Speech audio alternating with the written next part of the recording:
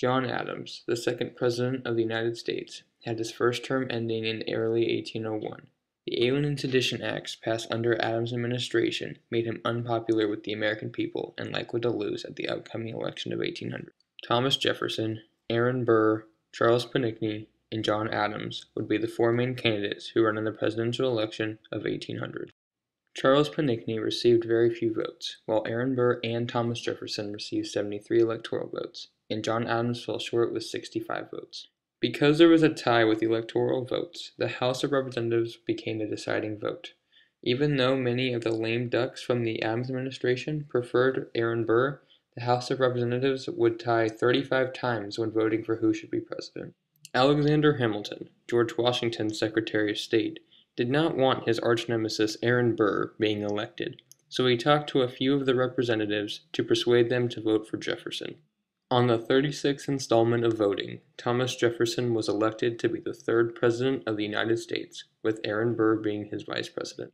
The 12th Amendment, ratified under Jefferson's presidency, allowed each president to choose his vice president. When it became clear that Jefferson was not choosing Burr to run with him for his re-election, Burr joined an extreme Federalist group that talked about seceding from the United States. When Burr initiated a conspiracy against the United States with this group, Alexander Hamilton found out about Burr's intentions and began to tell all. When Burr found out that Hamilton was telling people about his conspiracy, Burr asked Hamilton to clear his name by retracting his statements. Hamilton refused, and Burr challenged him to a duel. In July of 1804, Hamilton and Burr went out to a spot in Weehawken, New Jersey, in which Hamilton would be shot and killed by Aaron Burr. While dueling was illegal in the North, Burr fled to Philadelphia after having warrants out for his arrest for dueling in both New York and New Jersey. While in Philadelphia, Burr met with Jonathan Dayton, a former U.S. Senator, and continued his conspiracy, in which he wanted to start a new nation with the territories acquired with the Louisiana Purchase by separating it from the United States. Burr would then move west to Blennerhassett Island.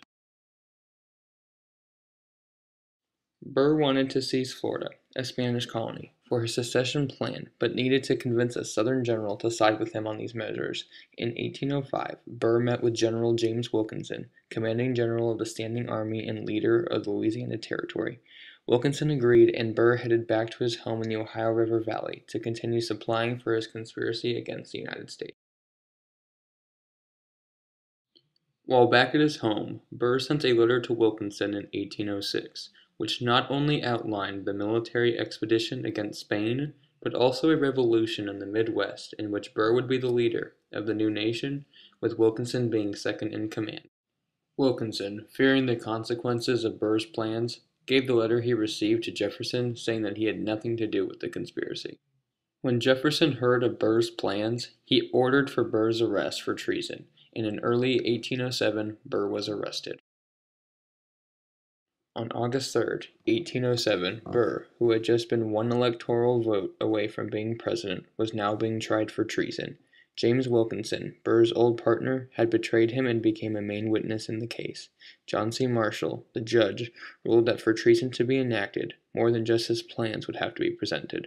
The jury found Burr not guilty because of lack of evidence.